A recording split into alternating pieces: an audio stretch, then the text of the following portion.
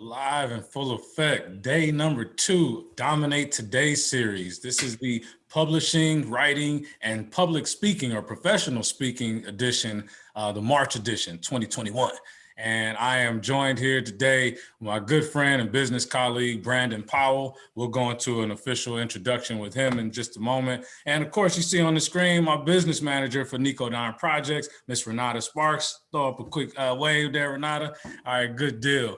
Well, we're happy to have everybody in. Again, we are recording this. So for anyone out there, we had quite a few people that registered, paid for tickets. So we're seeing obviously some folks are coming in late, but even though they've missed it, they'll be able to get their admission and their replay, excuse me. So, and for others that didn't pay for the VIP level, you can also be able to take advantage of the $29 replay. And if you don't mind, Renata, you could drop that in the chat whenever you get a moment. And so let's get this thing started. Brandon, how you doing today, man? Man, I am thankful. I like to tell people all the time, I am hanging in there, but I got a good grip, a real good grip. That's a great thing, man. That is a beautiful thing. Well, I'm going to do the official introduction. You'll see the same kind of intro screens from yesterday, but since we're recording this, we are professionals and we want to make sure this thing looks beautiful. So let's get this party started right. So this is, again, officially the 3-day private training event. We call this Dominate Today, hosted by myself, Victor Vanico Johnson, and my good friend, Brandon Powell. This is a 3-day event, so this is day 2. We have one more day tomorrow, but buckle your seats tonight. We're going to really dig in. This is the meat and potatoes, especially if you are looking at professional speaking. I'll for sure be diving into a lot of that. But let's talk to you about why we're here and why we're even qualified to talk to you guys about these topics. And so, first of all, again, my good friend, Brandon Powell, his company is Lean On Him Consulting. He is a family man and a small business consultant. 16 years as a public speaking, in the professional public speaking arena. So he knows his stuff. He's been on small and large stages. So make sure you have your notepad and your books and your pens to write down tonight. He is an experienced business consultant, certified graphic designer, and he has himself penned 5, not 2, not 3, what is it, like Miami Heat, not 4, but 5 books out there he has put out. So this guy knows his stuff. He really packs a lot of information in that brain of his. And so I'm very grateful and honored to be collaborating with him on this Dominate Today series. And of course, he is a brand development specialist. Brandon, you do a lot, man. Man, a little bit. Ran out of breath talking about you. Just take a drink of water. That's all right. Okay, gotcha. Good stuff. So this is who I am, for those who want to know. Let me see here, move this little thing out the way. So I am the founder of Nico Don Projects. I also am the managing member of a real estate investing company, 555 Equity LLC. But for Nico Don Projects, that's where I do all my speaking. That's where the book gets promoted. That's where I do these webinars. We have an online school platform called Proven Pathways Academy. In fact, Renata, if you get a second, drop that link in there in case anybody wants to take a look at the academy. And our slogan is create your future self. We are passionate about helping people create that future life that they envision for themselves. So I've written a book called Proven Pathways to Wealth and Happiness, outlines my struggles and how I overcame the finances and bad credit and check-to-check living to ultimately build a rental property portfolio. And now I'm a serial entrepreneur, and I am a consultant in the real estate investing, entrepreneurship, and the credit space. And I am a speaker. So I plan to share some of the nuggets that have helped me to become a professional, to be able to be in these arenas or in these speaking engagements where there are some really good names and some other people that are doing some powerful things. And more importantly, I'm actually getting paid to speak at times, other than the events that we put together, but being able to be a paid speaker is something that has been awesome. This is my life's dream, because I've been talking all my life. So to be able to get paid to do it is pretty darn cool. So Dominate Today. Mr. Brandon, what does it mean to dominate, brother? Because this was your brainchild. What does it really mean for us to dominate? I really wanted to, the first word that comes to my mind is audacity. Many of us go about in our professional and personal lives and, and we have moments where we really kind of can be a little timid about the things that we are gifted in. And so the phrase combined is have the audacity, but then today is a connection of time. And so we have phases in our lives where we do begin to feel like we have greatness within us. We have the ability to do things. We know we all that in bag of chips with a pickle, but we kind of begin to procrastinate. And so both of those words combined is saying have the audacity to do it right now. Take action. Doesn't mean you've climbed the mountain immediately, but take action. Take that first step. So that's what Dominate today is for me. And if I had to illustrate it, it definitely would include two cats, one dominating over the other. Well, perfect. Then we hit it. We nailed it with that one for sure. And one thing, I was meeting with a client earlier today that actually, so I did another event called Legacy Now with Tierra Destiny Reed back in December. And we were talking about, she was focusing on short-term rental properties and I was focusing on long-term and getting involved with real estate investing. And somebody took action that night, signed up for the $8,000 package. We're coaching her side by side over these last 3 months. And I'm telling you, she was this little bitty cat down here, the brown looking cat when we got with her back in December, but she made a choice. She took action. Now we jump on the call. It's actually our last scheduled call for these 3 months.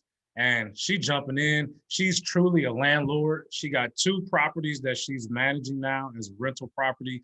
And just her exuberance, just the dominance that she's bringing to the call. It's not even the same lady as December.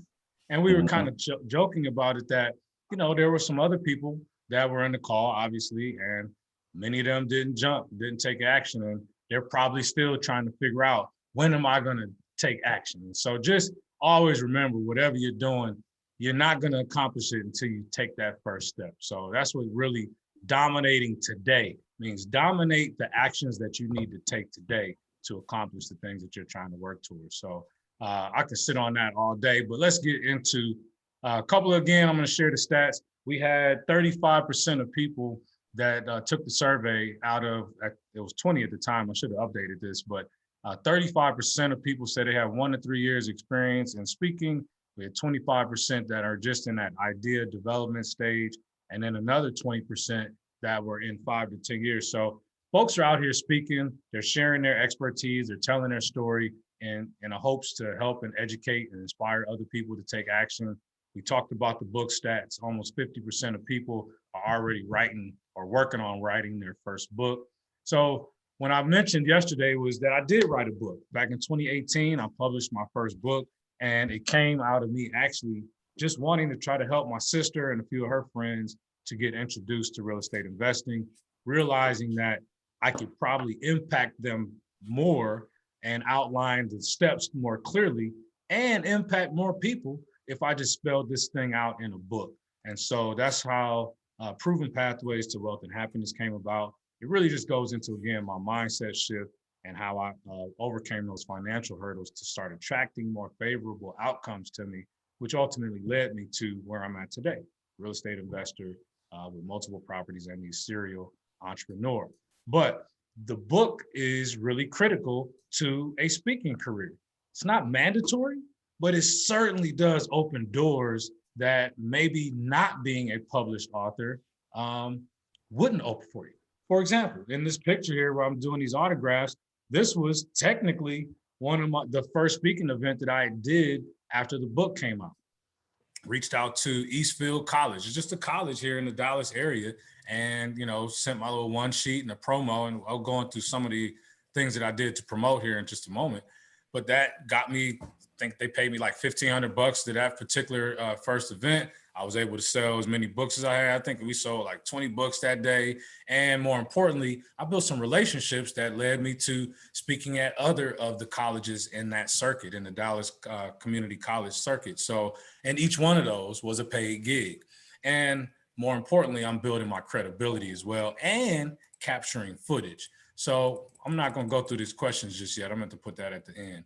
So professional speaking, let's just take a quick look at some of the things that I did actually to become the professional speaker and how these things can help you. And really what I want you to think about here, if speaking is something that you're looking to do professionally, put yourself in these shoes, how can you apply these things that I'm going to spell out here to your own personal life, or to help, again, like Damien said, to maybe help somebody that he's mentoring or coaching. So first thing is, at the speaking event, before you even hit the stage, you have to arrive as the expert, right? And so again, having that book kind of opens the door for you. People say, oh man, this person's credible. He's got a tangible, or she has a tangible item that people can read and can buy or purchase or be given. And there is a specific topic this person really drilled into in great detail. So you've already kind of opened the door that way. But even without the book, you should be walking in with confidence, chest out, head up, smile ear to ear like the Cheshire Cat. I mean, you've got to command the room. You've got to own the room, because again, this is a judgmental world, and people are judging you from the second you hit that door. And if you look any somewhat like you don't know what you're talking about, you're going to get them looks like, and that's the audience, and that's what you got to compete with. And you still will have some of those, but you don't want the whole room looking like that before you even got your first words out. So walk into it, walk like you are the owner, and like, this is, you guys came to see me for a specific reason. And then again, on the stage, before I go into even the verbal stuff, there's some non-verbal things that can help you be more successful. Use your eyes to analyze a room. Find one very positive face. They always say, kind of look towards the back of the room. There's always that one person kind of like, oh yeah, really? Find them, but don't lock in and stay there, because then the people off over here are like, why doesn't this speaker look over that way? And why isn't he or she talking to me sometimes, right? But also, this one I learned from a mentor of mine. Find that face that's not nodding with you, that's not necessarily on the same page with what you're saying. And that's your challenge. Try to get them to connect with you in an eye-to-eye type of method, and see if you can get that message, drop that message on them in such a way that it gets them to start saying, okay, I get it. But if you don't get it instantly, you can't stay there, just keep working your room, right? But your eyes really tell the story for your audience, whether or not you're engaging and locking in with them or not, or you're just there to get your words out and get the heck out of there and get your check. Dress the part. This one's important. So a lot of times speakers, we feel like we got to wear the blazer, we got to wear a suit and tie. Well, in a professional dress environment, that's what you would want to do. You want to look like your audience in most cases, right?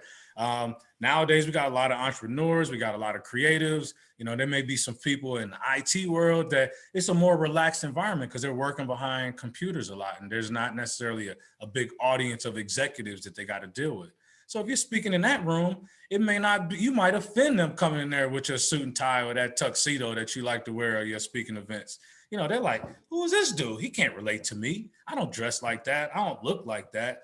Not necessarily, but that's something to consider. And I would always talk to my meeting manager at a booking party to just kind of get a feel about the audience, ages that the audience will be, some of their demographics, what are their interests, try to get some information. And if possible, be able to send them one of the questionnaires like we've presented here before this event, and try to gather some information about things that they want to hear about, so that you're not just, again, just talking and talking. You want to be able to land points that people can really relate to.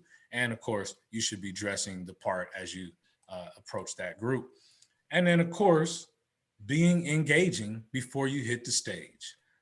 This is a good one. And this is why I know Brandon wanted to invite people into our event, into the Dominate Today events 15 minutes earlier. And even when we do our Own Your Business Mastery, our masterminds every month, we want to give people a chance to kind of talk freely and be a little relaxed, get to know each other. So if you have the opportunity, and you should make plans to do that as a public speaker, especially in the public forums, you want to be in a situation where you can kind of meet some of, especially the people that you've been dealing with on the point of contact, some of the staff members. Maybe there's like in the example of me at Eastfield, I didn't deal with the dean or some of the higher executives at the school. But when I got there, I made sure that I was introduced to them so that I could shake their hands and applaud them for any positive things that I could think about or that I have already researched about that school. So in your case, if you're speaking at an organization, you want to research them so you can speak intelligently about some things within that culture, within their history that might help them really like you a little bit more. Like, man, this person really researched what we do around here. So I like them and I'm going to listen a little bit more intently. So before I go to the next point, any questions on these first two bullets, like arriving as the expert, nonverbals, anybody already doing any speaking besides Brandon that wants to share how maybe one of these examples helped you or are you even using this in the examples? Any speakers out there already? I know, Jermaine, you said you do some speaking. Have you had a scenario or do you even consider how you're dressed and how you approach the venue before you do that? It definitely makes sense. One of the ones that hit me was how you dress. So I went to speak at an event out in Nashville, Tennessee, and I had on the suit, right? Prior to going on the stage, the CEO pulled me to the side and he said, listen, I'm not trying to tell you what to do, but can I make a suggestion? And I said, absolutely. He goes, lose the jacket and lose the tie. He goes, because I'm going to tell you, when you hit that stage, the lights are so hot. When you get through sweating, man, you're going to need to throw them clothes in the dryer. So listen, coming from him, I'm thinking, okay, great. You already gave me that. So I took everything off. And when you mentioned that, that's the first thing hit my mind. Man. It's important, but I was coachable too. I mean, Yeah. I did put into trying to look sharp for the event. So having to take off the tie and the jacket, but it was cool. I'm so glad I did because it was like a sauna up on that stage. Man, that's a great point, Jermaine, because it's one thing that is, and I don't think I even really touched on this a lot in any of the slides, but that's one thing is there are little things that happen to you as a speaker while you're in the moment that can throw you off. Sweating profusely, all of a sudden, and you still got to maintain your cool in that situation. And so I'm glad you shared that because those are little nuances you would not have known about until you got up there and felt that 120 degrees on you while you're doing this keynote. So glad you were coachable in that moment, right? Yeah, thank you. Yeah. So 3 real quick keys, and I want to make sure again that we're respectful of time. But 3 keys while you're on the stage. So we talk about before as you arrive, and of course the nonverbal stuff, a few things. And again, I'm just high level in this. There's for sure opportunities for anybody out there that's looking for more support, a little bit more intensive coaching on this. But 3 keys: presentation. Your delivery and energy is super important. Being relatable to that crowd. Again, this is where you got to do your homework on the venue, on the audience. What is it that they're bringing you there for? And not only that, what does the venue or the booking manager want the audience to take away from your presence?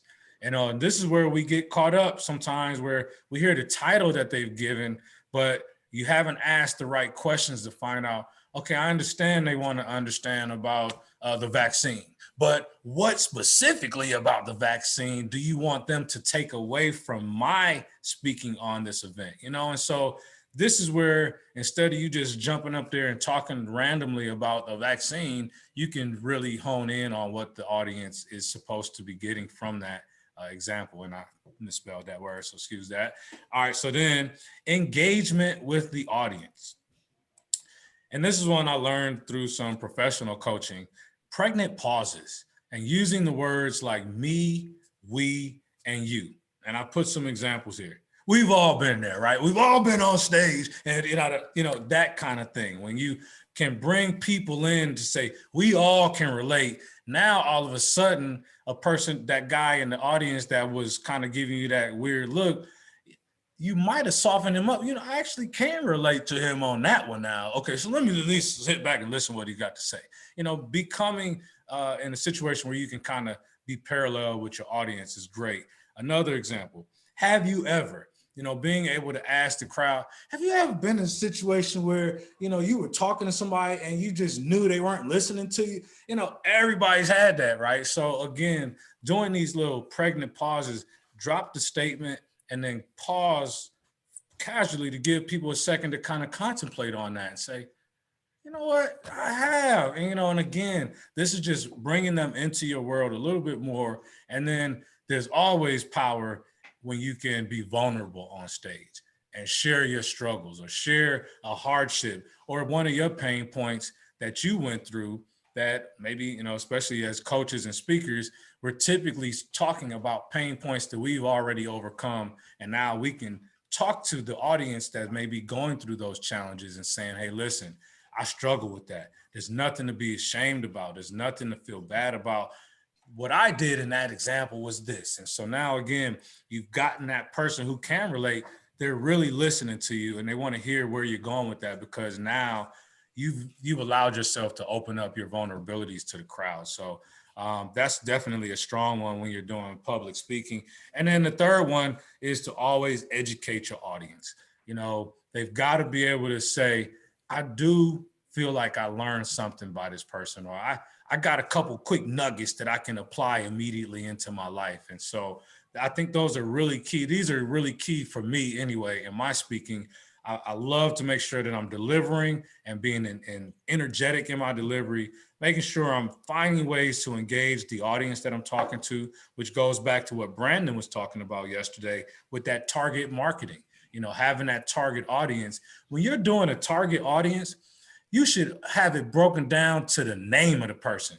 My target audience, her name is Brianna. She's 28. She got 2 kids. She works at such and such company making $50,000 a year. She drives a Hyundai Excel and she loves eating at Popeyes or whatever it is. Like, really try to think about who is this person and have that avatar of them when you're speaking, or when you're focusing on who your audience is for your speaking events. So, and I'll talk in a moment.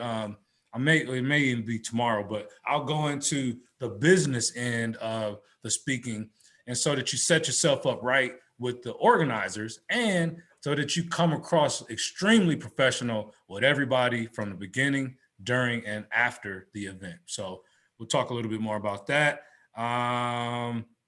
Just a couple quick resources I'm gonna share real quick, and then I'm gonna hand it on over in the next few minutes to Brandon. But obviously, we've all probably heard of Toastmasters. These are professional speaking resources where you get training, go to classes in your zip code. I signed up with Speaker Match when I was first looking to get gigs. This is where I paid like $49 a month or so. They allow you to build out platforms or speaking platforms. And so when speaking organizers are looking for specific topics, they find your platform that meets what they're looking for, and then they can dig in and see your bio, clips of your videos, different things like that that'll help you with getting that secured. And then, of course, I'm not going to sit here and tell people about all this stuff without encouraging you to, get with me if you want that deep, intense support. I would love to work with you one-on-one through my executive coaching program. This is where we spend anywhere from 30 days to 6 months, whichever support you need, trying to get to the bottom of how we can uncover you to become a great speaker, or if it's real estate investing or credit side that you're looking for, all those things are offered. And I'll show you a discount once we get to that slide. Oh, one thing I did want to show you before I did that was, so if you are a speaker out there, for sure, you should be thinking about building a demo reel. These are snippets of your speaking events where you were in public speaking to folks.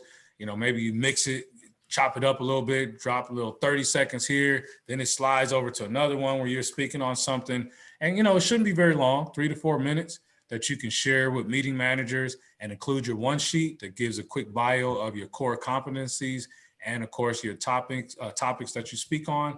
And usually that kind of opens the door for at least them to want to schedule a call with you and find out a little bit more about whether or not you're a good fit for their program. And so, yeah, again, this is my coaching program. I'm gonna hand it over to you, Brandon, here. I just wanted to share that for anybody who does want to work with me personally on a one-on-one basis, private personalized coaching, Rather than doing the normal $7,000, $8,000 package, we're breaking this one down to $1,897. This is personalized. You got my cell phone. We texting. We're doing video calls. We're weekly. We're giving you assignments that kind of break you through some of the challenges that you might be having, whether it's on the real estate investing side or to grow your business or credit or speaking.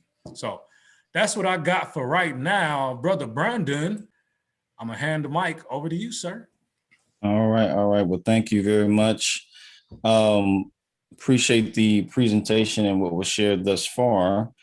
So quick question. I just want to kind of poll the audience and see if we had a chance, what your feedback was from your research. Anyone had a chance to look at what you came across when you looked up drip campaigns? What'd you come across? Now, this is an open book test. So even if you didn't research and you want to Google right now, Google give you some results pretty quick, but just share with me your thoughts, because I'm going to share some examples. All right, let's see what we got here.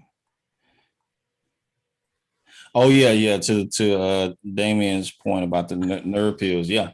Yep. If you're not nervous getting on the stage, baby, you're not doing something right. You got, that first anticipation about how people are going to receive you. That's always going to be there. But once you get out there, man, it's a beautiful feeling. Beautiful feeling. Absolutely. All right. Anyone had a chance to research? Now, this is usually the moments when, from one-on-one, I usually decide if I'm going to extend some grace and mercy, so on and so forth. But anyone want to take a stab at it on the drip campaign, even if you hadn't researched, just what you think is entailed with that. And while we're doing that, I'm gonna let me see. Do we have our settings set up, Vic, where I can share as well? Oh, I'm sorry. Yep. All right. Yep, So I'm gonna share. Go. All right, appreciate it. So let me go ahead and share some examples. Now I'm going to speak a little bit from the mostly from the book writing standpoint and book publishing standpoint, and I'll dip into a little bit about the speaking. With the speaking, I'll just hit on this since we just kind of touched on it a little bit. Speaking is it's an art to it, but it's also a science. When you first drove a car, right now, if you were getting ready to go to work, like when you did this morning, or leave to go to the store, you get your keys, and believe it or not, you go through so many complicated decisions before you pull out the driveway and get to that first, intersection. Right now, we've gotten so accustomed to doing that every day that we don't think about it. But if you can remember the first time you started driving, guess what? You were nervous then as well. Unless you just came out the womb knowing how to drive. I mean, you can unmute yourself if you got that one story for me. But for most of us, anything new that has complexities to it and layers, it will tend to develop a heightened sense of awareness and nervousness. And even 16 years in this, I still get nervous, but that's a different level of nervousness. It's kind of a reverence and respect for the opportunity. And so you kind of take inventory of reality and gratitude. It just, you just in the moment and being grateful, and you want to do a good job. So that's a different level of nervousness. When you first drive that car, you shifting gears, you're checking your mirrors, you're adjusting your seat. But after a while, guess what you're doing less of? Thinking. Your muscle memory kicks in. The same thing as a speaker, you develop rhythms and you are thinking less and reacting. But part of that is also preparation. You got to know what you're going to be, the content you're going to be covering and things of that nature. So that is also important. So preparation, realizing that we're always going to have some level of nervousness, that's to be expected. But let me go ahead and touch on the book aspect. I don't know if I covered this yesterday, but I would say as you're developing your manuscript, as we talked about that yesterday, there will come a point.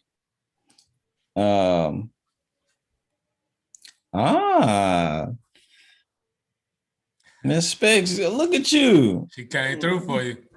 Look at you with the professional response. So I'm gonna read this for the recording. Automatic set of email campaigns, marketing automation platform via emails that goes out based on specific timelines. Very good. Very good. All right. Christian saved y'all. We don't have to extend grace and mercy now. So we definitely appreciate it. That's a great definition. I want to expand on that. It's basically I'm going to show you an example just for time's sake. I'm going to just jump right into it and show you kind of what we did for my fifth book. And when you're working on your book, developing the manuscript and all that stuff, you assume that by the time you're done writing and do the editing process, that you're like, all right, everybody's going to know how hard I worked on this book. No, they won't. They're not going to know.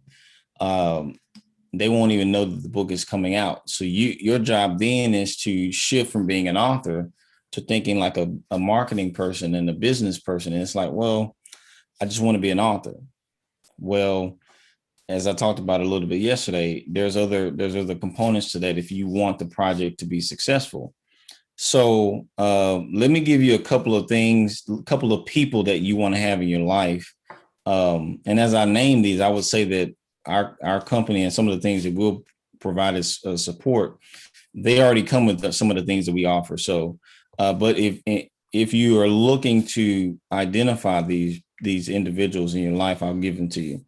One, you want to have a great graphic designer, someone who understands branding and has a background in consulting. It's kind of hard to find that, but if you can, that'd be great. You want to have someone that's a project manager to handle logistics. If you can, find a business consultant, a web developer, and a videographer.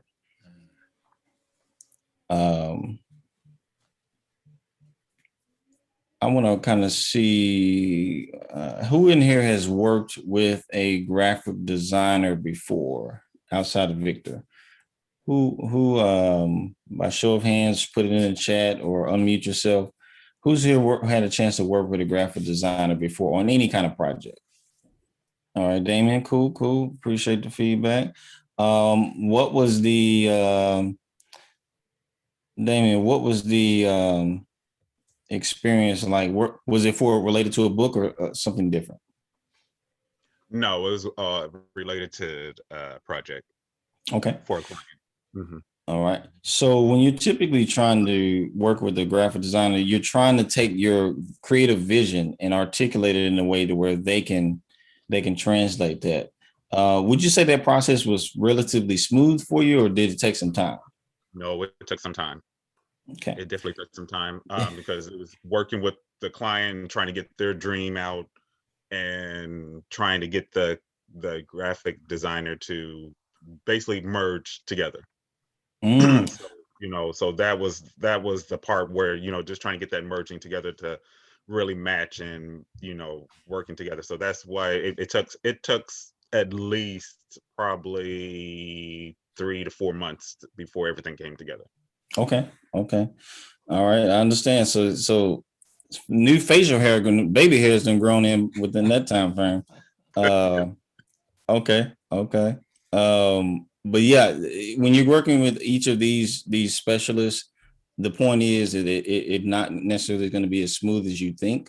You want to form these relationships with people, and once you find a good one, it's really good to kind of stick with them if you can. I'm going to show you this example here of when you're announcing your initial flyer related to starting the drip. So this is an initial flyer that I did to announce my book coming out. But what you'll notice is that I'm doing a book signing and a business mastermind. So what I did is I did a combo event. Why did I do a combo event? And why do I think it'd be recommended? It's because if it's just a book signing, that's good. What you're telling people is, hey, market, I put out a new project. Come to my event, buy my book and sign it. And hopefully you get some value. That's fine. But I also say, you know what? Why don't I make it a mastermind where I'm going to educate and cover some business things that are related to the book anyway, to where the audience also gets something outside of just, encouraging them to buy my book. And so if you notice there's a familiar face that's on the flyer, Victor. This is a side point. This is more business. One thing you want to pay attention to in the market is pay attention to the people that are in your circle, strategic partnerships. You'll probably see over the next 3 to 5 years, you'll see some of the similar people that are around me when I'm doing major projects. That's not by accident. I value professional, good people in my life. And so, especially in the business context, I try to find ways to where we can do projects and, generate revenue together. Because when you're in a business context, you're not adding value of any kind. The jokes aren't as funny.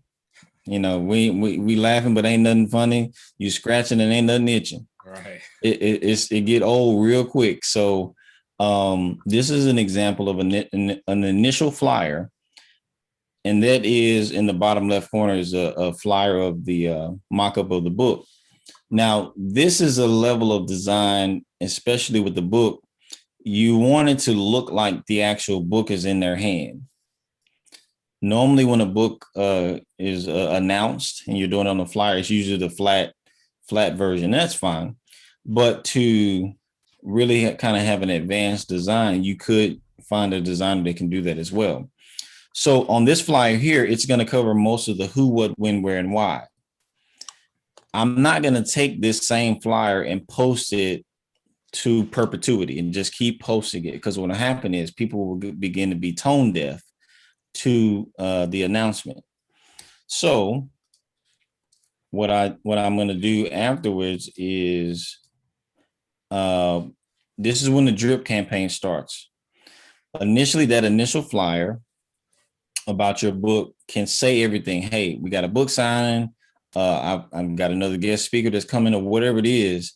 That's when you can say all the things you need to say. The drip, now that's the full faucet. You pull the faucet, the water's running. Now you turn the faucet down to where you're not letting out as much, and you just slowly drip. The same event, but you say less information. Here's where you begin to see it take place. So you see another example. All right. What do you notice is different about this flyer versus the first one?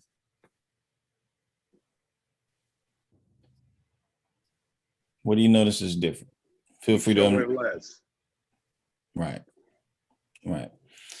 What this also implies is that we're not wearing the same outfits, which means we spent money to do photo shoots, which I didn't even include that in the list, but a photographer.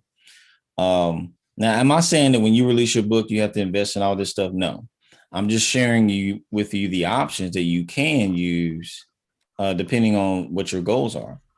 And so we did this photo shoot on a separate date. Now, one thing that's also smart is that me and Victor, we do photo shoots. We didn't do photo shoots just for the book project. I like to, you ever heard of the concept, kill 2 birds with 1 stone? Well, I like to kill 20 birds with 1 stone. I'm sorry, them birds got to go. So when we did the photo shoots, those pictures Victor was able to use those pictures for his personal business purposes, speaking engagements. So we maximized the opportunity. And so, yes, we stripped it down. We didn't use as much information. So then, as you keep going, you'll see another announcement, another flyer. Okay, see the difference here. Now you don't see any images of me or Victor. You just see the book being highlighted, and this is what's called an excerpt. This excerpt kills me every time I see it.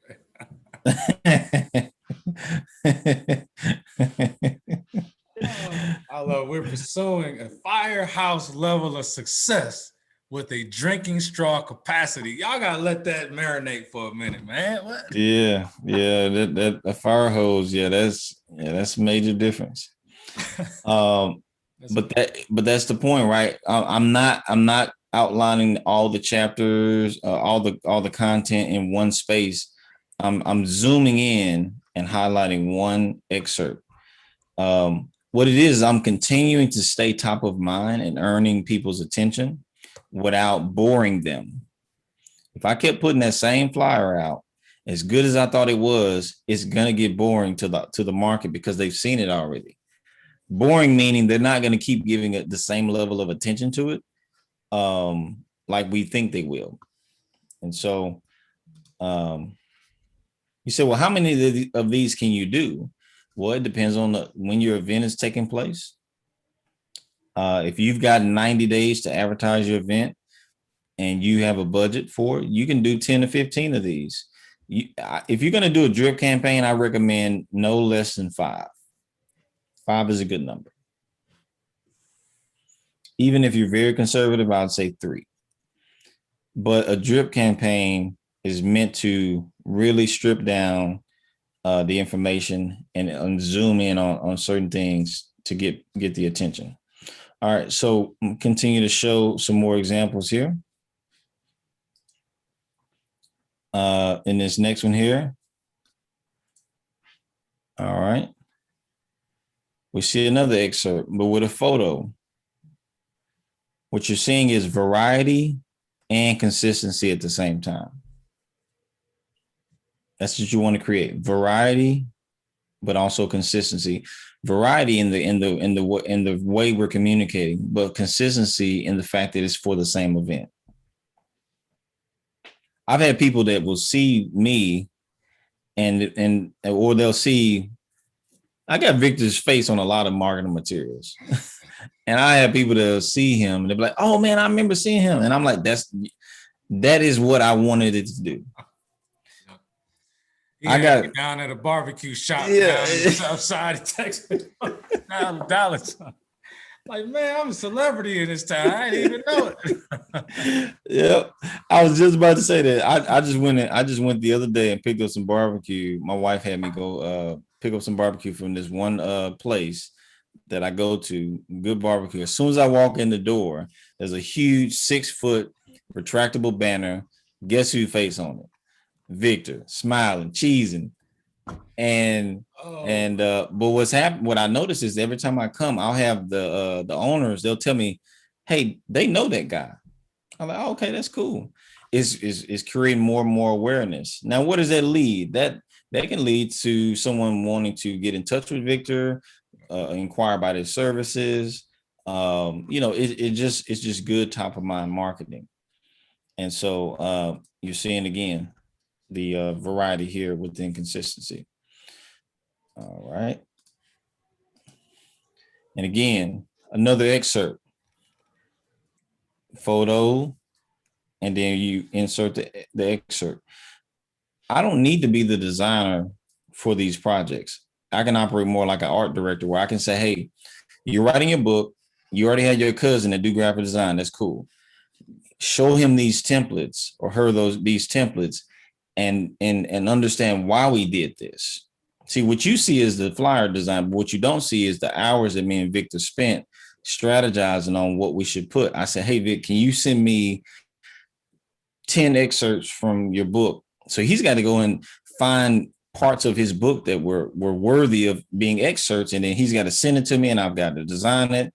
And I've got to make sure it's not too long, too short, et cetera, choosing the right photo. So there's a lot of behind the scenes that goes into it, but it makes it worth it. All right, so.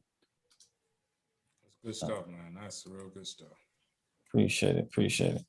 And the last two pretty much are similar. Again, you're seeing the book again with another excerpt. But you're seeing variety within consistency. That is the whole point. Let's see if I have the.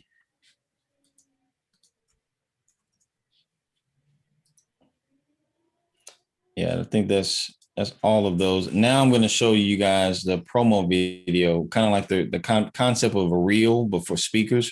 But this one is for promoting the book. But before I go there, any questions on what I covered so far? So if I'm hearing you correctly, you're suggesting that, especially in the book signing scenario, consider doing like a mastermind, tie it into something that where the people, they're coming for more than just signing your, getting your book and getting your autograph. They're actually coming away with information that they can apply in their life, their business, which in fact ties back to the book as well, right? So I think that was a brilliant strategy on that. Yeah, and it doesn't have to be called a mastermind per se. Mine is only called a mastermind because it complements the industry that I'm writing about. But if you're writing about a different industry, you can call yours, a live interview. You can call it a combo of something else, but it needs to just communicate that when you come here, you're not just doing me a favor. I'm going to give something to you other than the book. And that's basically the point that you're trying to get across as well. So now what I want to do is I want to show you if there's no other questions, then I'm going to share with you the promo video.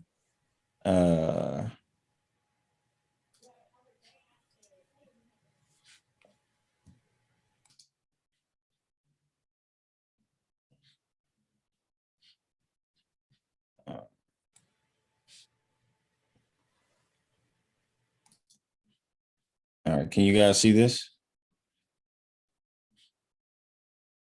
So white screen right now. Okay. All right, so let me see if I can fix it on my end.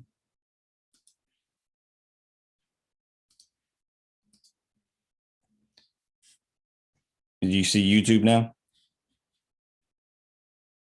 All right, so quick sound check. Make sure you guys can hear this. Can you hear that? Yes, sir. All right. So what you're going to notice here is that this is only 24 seconds.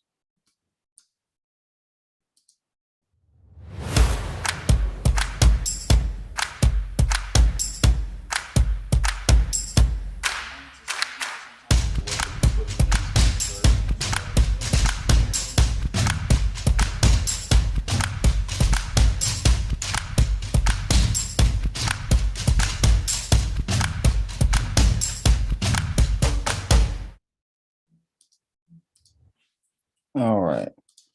So any questions on what you saw there in terms of the mechanics, what was done, how it was done, if it makes sense? Any questions? Does it make sense on how it can be used?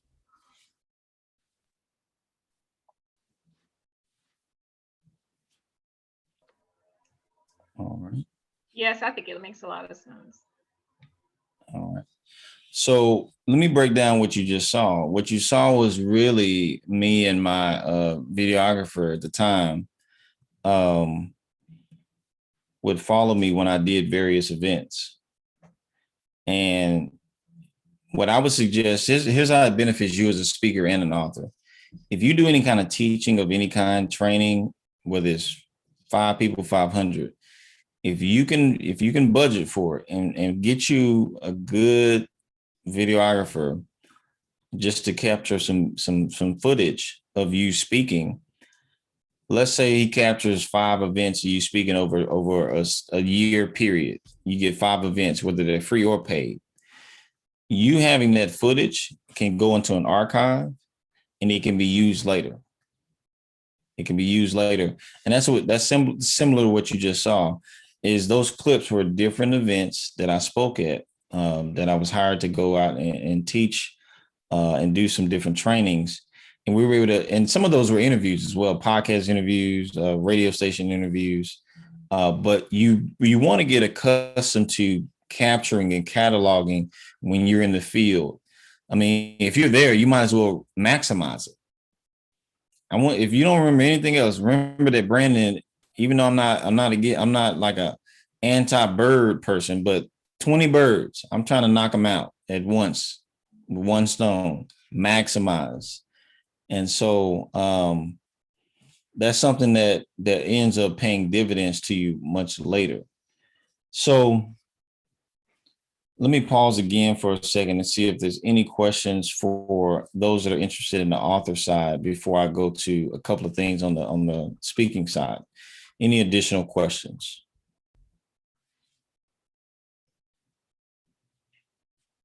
All right. So let me also say what typically will happen as you're promoting and doing all this stuff. What's going to happen is you're going to be asked to do more than you're going to be asked about more than just your book. As you're promoting your book, people are going to get to know you. And as that's happening, you're going to get invited to do interviews. You're going to get invited to go on podcasts. You might be even if you're writing your book, let's say your book is on a subject. One of my clients is writing on about mental health. Don't be surprised if you've never spoken before and you write a book on mental health. Don't be surprised if you're promoting it and talking about it. If someone says, "Hey, I'm the chairman of an organization, a nonprofit that deals with mental health. Can you talk to my board about this?" So that's why we're doing this combo event, because there is a direct correlation between that skill set of you writing as an author and then you getting an opportunity to share that in a public setting. Now, you could very easily say, you know what, I'm going to decline because I'm not a professional speaker. But if that keeps happening, the market is trying to tell you something. The market is saying, hey, look, you're really good at this, good enough to where people are inquiring. And so at that point, it's going to come a point where you want to decide, look, do I want to bypass this opportunity? Or do I want to take the steps to start learning how I can cultivate that as a skill? Because the market's going to keep asking. And, you definitely want to be able to, take full advantage of that. So if I know that interviews are potentially going to come, podcast interviews, speaking engagements potentially going to come, I might as well be prepared for it. How do you do that? One of the things that I do, and my background being in business strategy, is I recommend you create a funnel system to capture data on all this stuff. If somebody asks me tomorrow, hey, I'd love to interview you. And with the pandemic happening, people are doing interview. You can be doing an interview. You're in Texas and somebody's way in New York. I mean, people are popping up, creating podcasts, interview platforms, YouTube channels. I mean, it's becoming very, very prevalent. And so if you get your name out there and they hear you coming out with a project and they see like you seem like a pretty good person, they're going to inquire to say, hey, man, I'd love to interview you and hear you talk about your book. What are you going to do? You're going to say, well, yes. Now, they're going to ask you for a few things. They're going to ask you for your bio, or professional bio. So that means you don't include stuff that you used to do when you was in third grade, professional bio, and don't make it too long. I recommend you include what your designation is. That's important because if you do a lot of different things, you want to choose a designation you want to, like for me as a small business consultant, that's mainly the designation that I'm going to go with because that's the one that I want to be known in the market by. Now, if you get to know me, you'll know I do other things, but that's the one I lead with. What you want to find is what is your lead designation. So if it's going to be 2-time author or one, author of a book, then that's fine. But many of us have multiple skills. And so you figure out what that lead designation is because they're going to put that on the flyer announcing, hey, we're going to be interviewing such and such. We're going to be interviewing Miss Christian Specs, and they're going to have your lead designation listed. You also want to know how people can get in contact with you. What do you want them to do? If they watch your interview, what do you want them to do? As a result of watching your interview, say, hey, of course, I want them to pre-order my book. I want them to buy my book. Well, do you have the appropriate links and logistics set up so that can happen? Not only that, but for the host who's interviewing you, I recommend that you build a funnel questionnaire. You say, well, what is that? What that is basically, it's a questionnaire that helps you understand who this person is that's wanting to interview you, what they're expecting of you, and how you can accurately service them when you get invited on that platform. You don't want to just show up. I mean, you can, but you don't want to make it a habit of just showing up. Then they turn the camera on and you just start talking.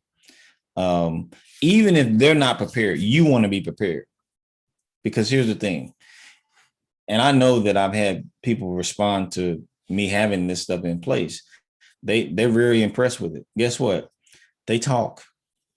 The host, they will talk. They say, man, I interviewed this guy and he was prepared. You're in front of my screen now. Your little rectangle is in front of my screen, Christian. So I'm gonna keep looking at you as an example. Man, I interviewed Christian, and man, she had these forms. She interviewing me before I interviewed her. She asking me questions and she telling me what subject she covers. So man, I know that she's gonna come on. She's gonna do she already had her questions prepared. Some people, when they interview you, even if it's about your book, sometimes they will ask you to send a list of questions that you want to be asked. And so you want to think about those things. Sometimes they'll already have it in mind. Sometimes they'll go off script and they have something kind of free flow prepared, but you want to already understand these things. Same thing if you're going to be invited to speak. Somebody say, hey, I'd love to have you speak at my event. Great. What's implied in that? There's two different implications on both ends. As a speaker, you're wondering if this is a paid event. As a host, they might not even be thinking about that. Depending on how formal they introduce themselves as an opportunity. And so you can clear all that up. You have a questionnaire. I have a speaking questionnaire and I have an interview questionnaire. Two separate forms. When I get invited, I send that to them. And I know that most of them are not used to getting that. And so it helps you stand out. I don't do it to stand out. I do it because I'm a consultant. I need data so I can accurately perform my job. I just happen to realize that a lot of people in the market may not do that. And so guess what's in that questionnaire, on both questionnaires? I have a little question toward the end that says, hey, did you guys have a budget for this, or what's the category? How would you categorize the event that you invited me to? And I let them tell me. They kind of can lay it out.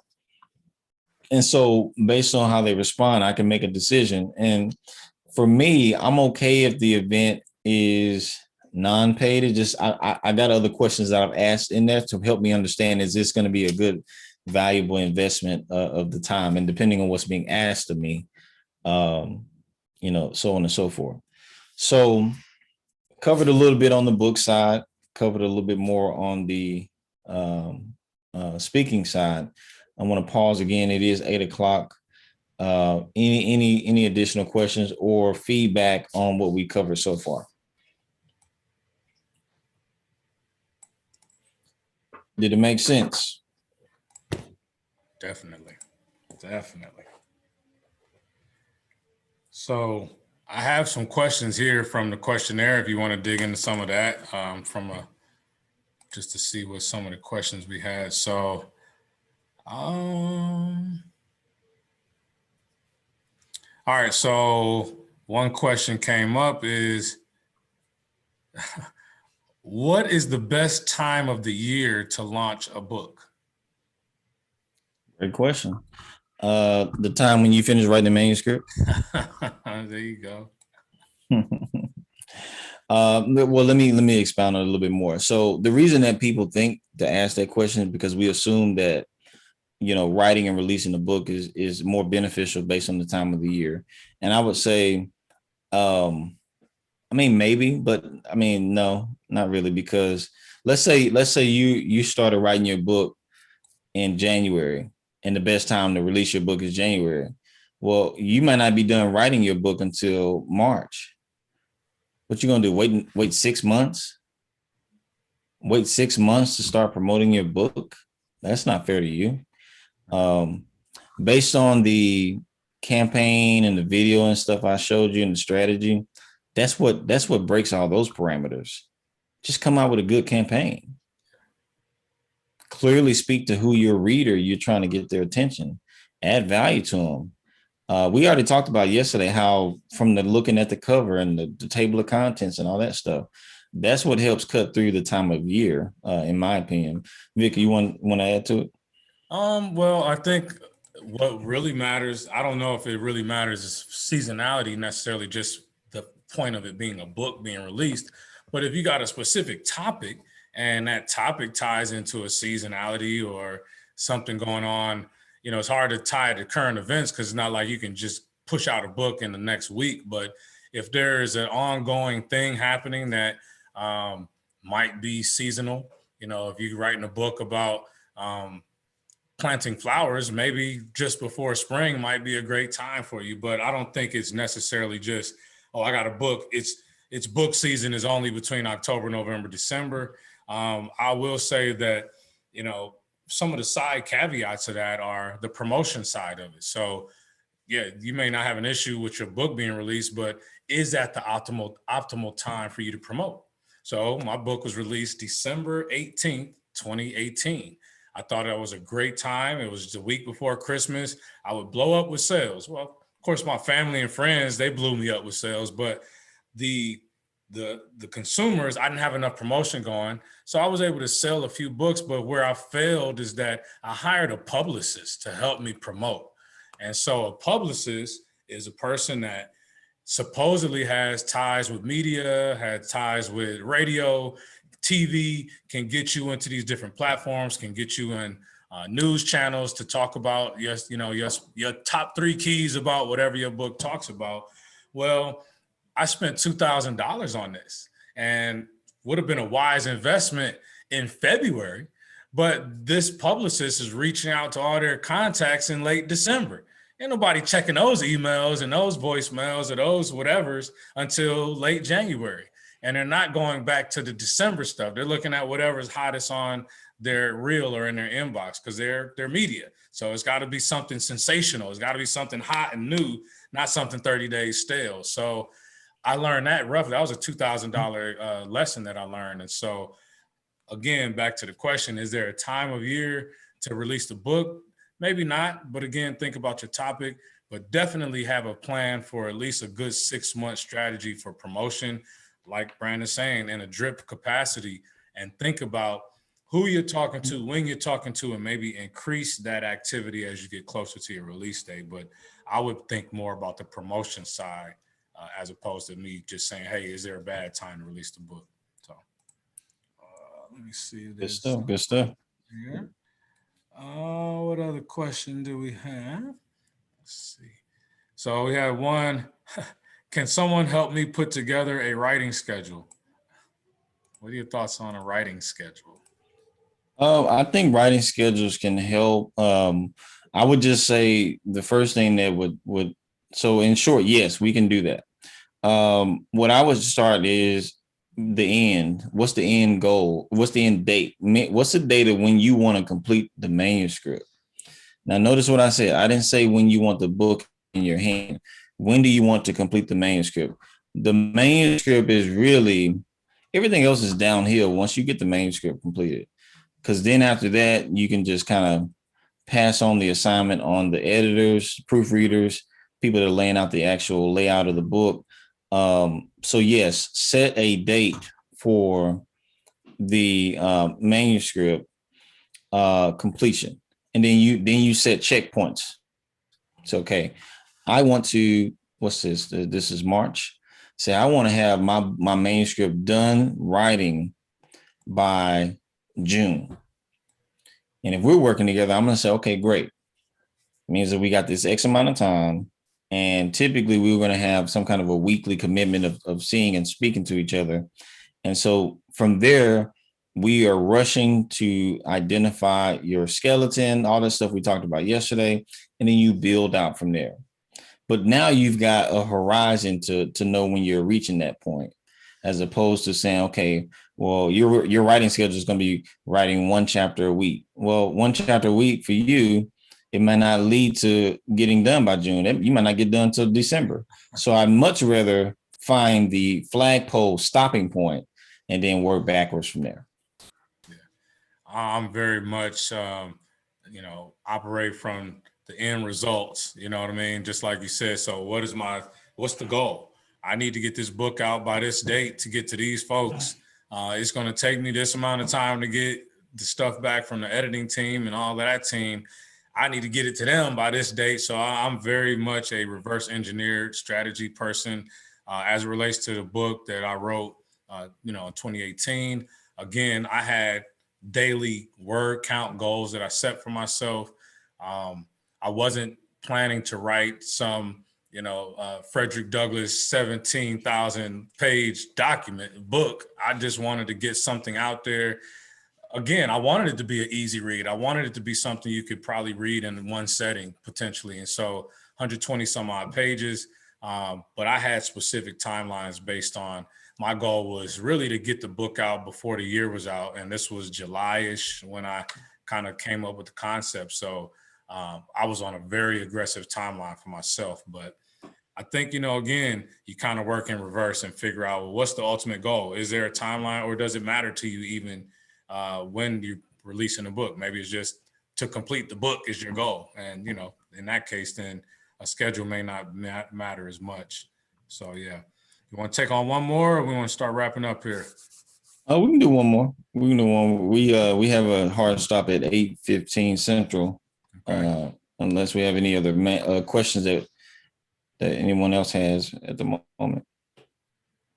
Okay. All right. Well, I got one more here. In the age of COVID, what are the better platform choices to host webinars on? Thoughts on that one? Webinars, StreamYard, there's a few. I mean, Zoom, as we're using. There are some that are free.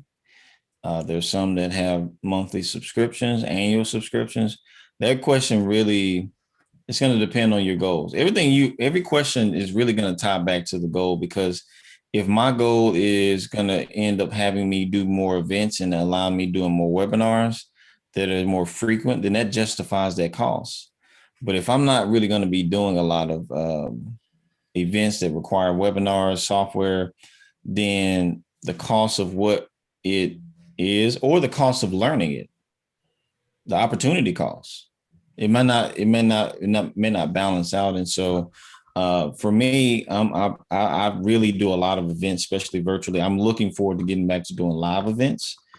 But yeah, it makes more sense for me. But I'm a speaker. I'm an educator, so I'm going to justify that cost and that time because it fits what I do on a day-to-day. And so it really depends on the person. Yeah, I'm the same. I think if speaking is kind of the higher priority and you really want to get out there as a professional and start drawing in payments, I would say the best platform is a creative podcast platform. Again, like a StreamYard or something is good, but create your own platform. Create something that people will start coming to you for. Become an expert again. That's the whole thing, is to become an expert in a space. And so if you have even if it's not a podcast, maybe it's like me, I do a Facebook Live every Monday, with Laquita Monley, Create Your Future Self Live. So just start creating a place where people can get used to your cadence, where they'll start to look for you. Obviously, if it's on the writing side of it, publishing side, well, you're probably not going to be asking me so much about this webinar platform. But if so, same thing. These type of platforms here, Zoom, and being able to do lives, I think those are great from a promotional standpoint. And to make sure that you are, one of the guys that coached me was telling me, get out there on like YouTube lives and make sure that you're, like creating some anticipation around your book that's going to be released or around an upcoming speaking event, and making sure you're using those keywords that'll tie people back to you. So, but in this technology now, man, we can use so many different platforms, and I think you should research as many as you can, because as soon as I tell you one now, somebody buying this replay in 3 months gonna be like, oh nah, they not up on this. So you just got to keep researching. Yep. Yeah, Oh, absolutely. man. Good stuff. Good stuff. I'm gonna wrap this thing up for the evening. All right. Well, we again, we thank you guys for your time and attention. Here's how you know you're getting some out of this. Two things. One, you find yourself identifying concepts that you already knew. Sometimes the best thing that you can get for yourself is validation. Stuff that's already been in your head, it's stuff you already been thinking about. You say, oh, that makes sense. Yeah, I've been telling people about that. That's the first thing that should be happening. Another thing is discovery. If you're getting discovery that leading to you writing down notes and ideas, that's a great thing. And the third one is clarification. Maybe you were on a pathway, and some of the things that we shared clarified and challenged what you were thinking to do, and it's helping you to pivot potentially and press in a different direction or an enhanced direction. All three of those are fine with me. Those are much better than the head nods and saying you understand. I want you to leave. I believe I can speak for both of us. We want you to leave feeling like the next 6 months won't be the same for you, specifically as a speaker and as an author. You'll have more tools. You'll feel more confident. You'll feel more competent. Will you be able to take everything from 3 days and do everything on your own? Maybe, but we have tools that we'll provide afterwards to help to ensure that. This is just to help set up a good foundation. Absolutely. Absolutely. I mean, you wrapped it up perfectly. The only thing else that I would say is what I'm going to share on the screen right now. This is the Dominate Today event, but we got to dominate every day. This is my week this week. What's your week look like? Are you dominating out there? And whatever you're doing, whether it's this, writing and speaking, but get out there and dominate whatever it is you're working on. Get uncomfortable. I got my accountability group on Sundays. I meet with 29 other brothers from all over the country, mostly in California, but we get together at 9 a.m. Central every Sunday without fail. And we all Hollywood squares on this thing, and we challenge each other. And, one thing that we always say is get unreasonable. Be unreasonable about your goals. Like, don't let anything stop you from pursuing what it is that you want for yourself, for your family, for your business. Be unreasonable. And so this is Dominate Today, but you got to dominate tomorrow and Friday and Saturday and Sunday and back again next week. So that's all I got for you guys today, unless you have any other questions or comments. And just want to remind our VIP folks, make sure you respond back with the dates that you want to do the roundtable with myself and Brandon. I did ship out the books today, Proven Pathways. It's fun autographing those books and giving you a little quick personal message. So looking forward to you getting those books and getting your feedback. Unless there's any other questions, I think that's it on my end. Yeah, no, sounds good to me. Look forward to seeing you guys tomorrow evening to wrap things up. Cool. Well, Jermaine, Damian, Christian, Drew, y'all have a good evening, folks. We'll see you tomorrow. Have a good evening. Good night. Thank you. Mhm. Good night. Yeah, have a good one. Thank you. Good night.